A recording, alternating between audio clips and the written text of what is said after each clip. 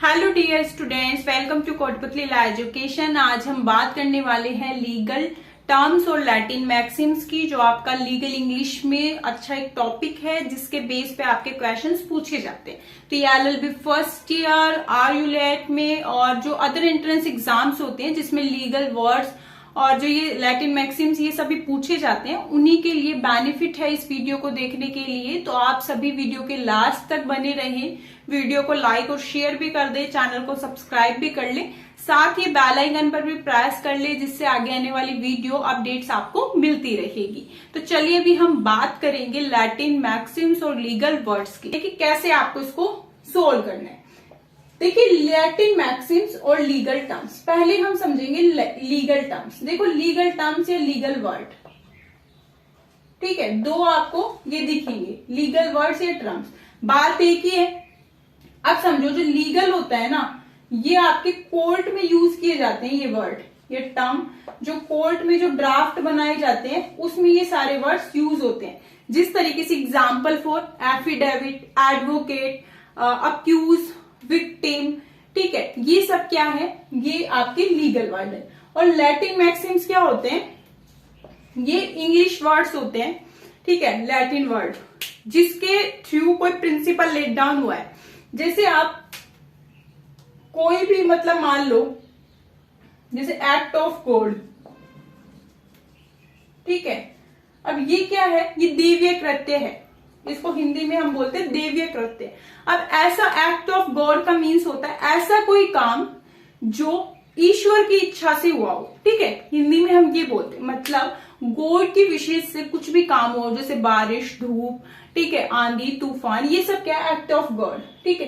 तो ये क्या है, ये एक तरीके का लैटिन मैक्सिम भी है और लीगल वर्ड भी है। इसको दोनों जगह यूज कर लिया जाता है, पर नॉर्मली ये लैटिन मैक्सिम्स में यूज होता है। लैटिन मैक्सिम्स ज्यादातर जैसे आपके टोर्ट में यूज होंगे, कॉन्ट्रैक्ट में, मोस्टली वैसे तो सभी में यूज होते हैं। कोई भी वर्ड है जो हमारे ब्रिटिश लॉ के अकॉर्डिंग सारे जो हमारे एक्ट्स हैं वो बने हुए हैं, ठीक है। अब क्या हुआ, लैटिन मैक्सिम मतलब उन्हीं से ही निकला हुआ है, जैसे नेमो डैप्ट, ठीक है, और इंजूरिया साइन डैमेनम, डैमेनम साइन इंजूरिया, ये क्या है, सारे लैटिन वर्ड है। इसके थ्रू ही कोई प्रिंसिपल लेट डाउन हुआ है और उसके थ्रू ही हमारे जो क्वेश्चंस बन पाते हैं, ठीक है। तो ये क्या है, लैटिन मैक्सिम्स और ये लीगल वर्ड, ये कोर्ट में यूज होते हैं और ये आपके सभी प्रिंसिपल्स जितने भी लेट डाउन होते हैं लैटिन मैक्सिम्स के अकॉर्डिंग ही होते हैं। तो अब हम देखेंगे कि कैसे हम फर्स्ट टॉपिक करेंगे लीगल टर्म या वर्ड। तो देखिए लीगल टर्म्स जो फर्स्ट नंबर पे आता है वो है एक्ट। एक्ट से स्टार्ट करेंगे हम। एक्ट मीन्स क्या होता है, जैसे आपने बहुत बार सुना होगा कि कॉन्ट्रैक्ट एक्ट, आईपीसी का एक्ट, ठीक है, ये सारे एक्ट हमें लेने पड़ते हैं जैसे ही हम एलएलबी स्टार्ट करते हैं, ठीक है, फर्स्ट ईयर से। अब एक्ट है, अब एक्ट सिर्फ लास्ट का वर्ड है जिसको हम हिंदी में अधिनियम बोलते हैं, ठीक है। तो ये कौन बनाता है, एक्ट। कोर्ट जो है सिर्फ एक जजमेंट प्रिंसिपल सिर्फ ये लेट डाउन करती है, पर वो कभी भी कोई भी ऐसा लॉ नहीं बनाती, ना एक्ट बनाती। ये कौन करता है, पार्लियामेंट करती है, लेजिस्लेचर काम करती है ये सारा एक्ट बनाने का, ठीक है। तो अधिनियम, a law made by a competent legislature, ठीक है। ए लॉ मतलब जो लॉ होता है, एक्ट मीन्स क्या होता है, अधिनियम। तो जो एक्ट अधिनियम है उसके अंदर कोई लॉ होगी, ठीक है, तो law made bye competent. Competent मतलब होता है सक्षम लोग, मतलब जो इसके योग्य है, जिसको हम नॉर्मल लैंग्वेज में एलिजिबिलिटी बोलते हैं, योग्यता। और यहाँ पे क्या है, कॉम्पिटेंट, जो सक्षम है, जो इस काम को कर सकते हैं, ठीक है। तो ये क्या है, कॉम्पिटेंट। लेजिस्लेचर मतलब विधायिका, जो लॉ बनाने में सक्षम है, कौन है, विधायिका जो सक्षम है वही लॉ बनाती है, तो उसको क्या कहा जाता है, एक्ट, ठीक है। फिर सेकंड है एफिडेविट। बहुत बार नाम सुना होगा आपने एफिडेविट का, जिसको हम हिंदी में शपथ पत्र बोलते हैं। अब शपथ पत्र है तो ये क्या है, एक रिटर्न स्टेटमेंट होता है। आपने देखा होगा कि जैसे हम कोर्ट या तहसील में जाके एफिडेविट बनवाते हैं, बहुत सारी चीजों का एफिडेविट बनवाना पड़ता है, ठीक है, जैसे कुछ सर्टिफिकेट्स भी होते हैं जो एफिडेविट्स पे चलते हैं, ठीक है। तो ये क्या है, एफिडेविट, शपथ पत्र। ये क्या है, एक तरीके का रिटर्न स्टेटमेंट, मतलब लिखा हुआ दस्तावेज है, ये एक तरीके का डॉक्यूमेंट, लीगल डॉक्यूमेंट माना जाता है। in the name of a person called the deponent by whom it is voluntarily signed and sworn to affirm। मतलब इस पे क्या है, शपथ पत्र, मतलब एफिडेविट।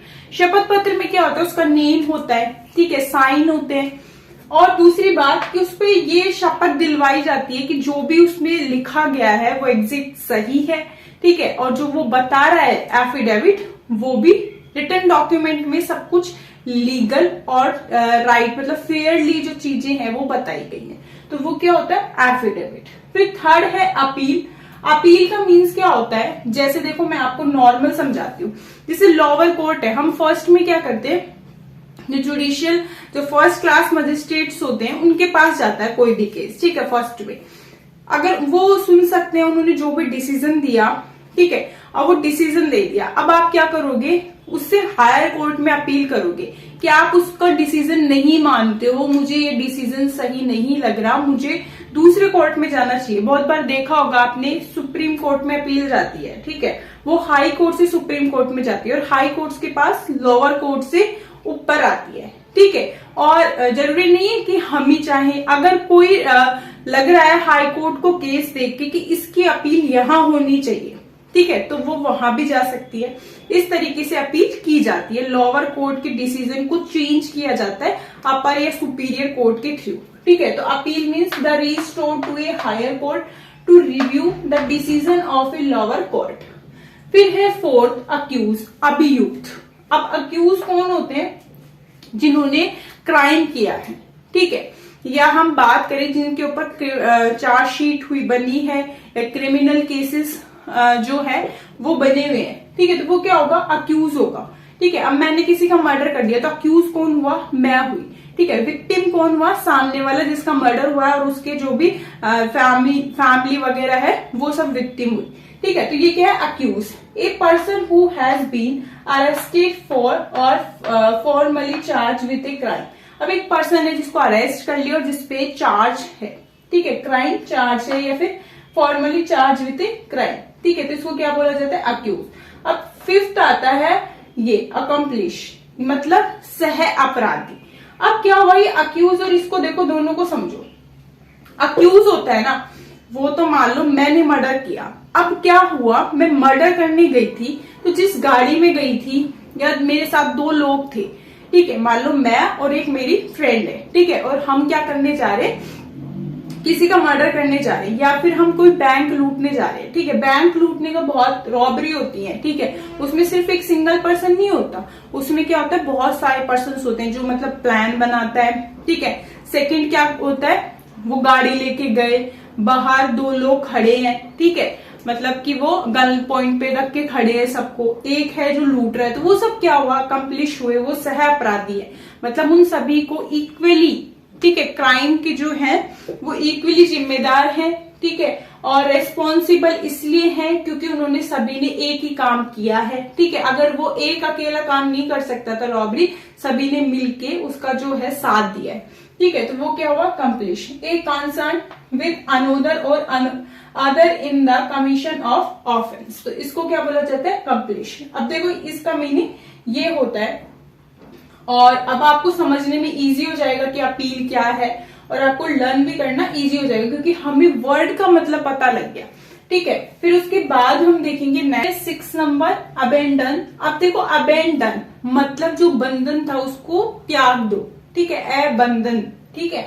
तो क्या हुआ, परित्याग करना, किसी चीज को छोड़ना, परित्याग करना, तो टू गिव अप, ठीक है, ये तो इजी है। फिर 7th है अरेस्ट। अरेस्ट से भी समझते होगे, मतलब किसी को गिरफ्तार करना, तो टू रिस्ट्रेन और detain a person on by lawful authority. देखो अरेस्ट कौन करता है, जो लॉफुल अथॉरिटी में रखती है पुलिस सिर्फ, ठीक है, वो ही जो है अरेस्ट करता है। ऐसा नहीं है, पुलिस ही जुडिशियल कस्टडी में भी रखा जाता है, वो सिर्फ आपकी बहुत आगे की बात है जब हम सीआरपीसी पढ़ेंगे, ठीक है। अभी सिर्फ हम लीगल टर्म्स, लैटिन मैक्सिम्स ये कर रहे हैं, तो फिलहाल हमारा टॉपिक है लीगल टर्म्स का। तो अरेस्ट का मतलब क्या होता है, लॉफुल अथॉरिटी में रखना, ठीक है, रिस्ट्रेन और डिटेन करके। फिर है अटेस्टेशन, ठीक है, अटेस्टेशन मतलब क्या होता है, देखो हम अटेस्ट का बहुत बार वर्ड सुना होगा हमने, अटेस्ट, ठीक है, मतलब किसी चीज को आपने सुना होगा, जैसे हमारे बहुत सारे डॉक्यूमेंट्स होते हैं, ठीक है, और ओरिजिनल डॉक्यूमेंट को कभी भी अटेस्ट नहीं करना पड़ता, ठीक है, सेल्फ अटेस्ट।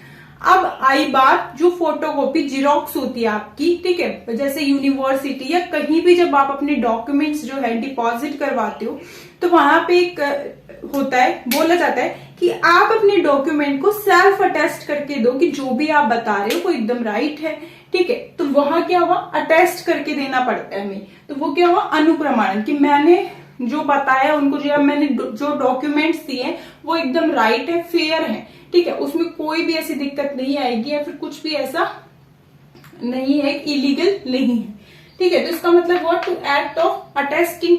फिर है एब्सकॉन्ड। एब्सकॉन्ड का भी बहुत बार वर्ड सुना होगा, पर वो हिंदी में सुना होगा कि वो फरार हो गया, ठीक है, एब्सकॉन्ड हो गया। अब देखो क्या होता है, हम लीगल से हटके नॉर्मल लैंग्वेज में बात करते हैं। जैसे कोई हॉस्पिटल में कोई पेशेंट है, ठीक है, वो एडमिट है, अभी क्या हुआ, उसने बिल भी पे नहीं किया, ना अपना पूरा ट्रीटमेंट लिया और बीच में ही भाग गया, फरार हो गया, तो हम उसको क्या बोल सकते हैं, एब्सकॉन्ड हो गया। उसकी फाइल पे क्या लिखा जाएगा, एब्सकॉन्ड हो गया वो।